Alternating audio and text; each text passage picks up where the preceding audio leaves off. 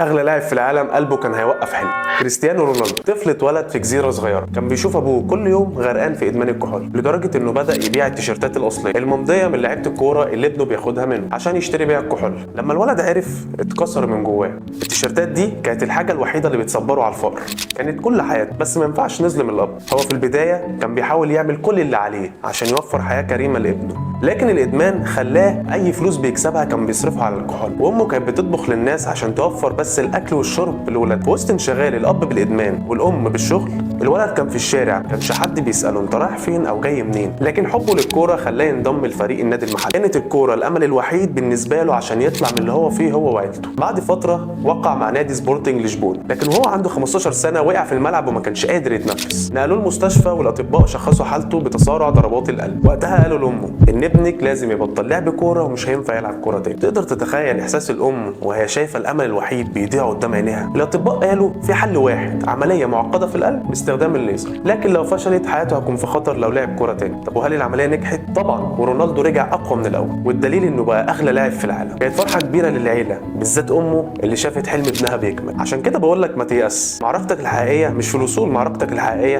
في الاستمراريه. اوعى تصدق اي حد يقول لك ان الفرصه بتيجي مره واحده، بالعكس انت اللي بتصنع فرصتك. طول ما انت مستمر وبتحاول ربنا بيخلق لك فرص جديده. لكن تفشل امتى؟ في اللحظه اللي تقول فيها خلاص انا مش قادر وتسيب كل حاجه توقفك. غير كده شكليات يا صاحبي.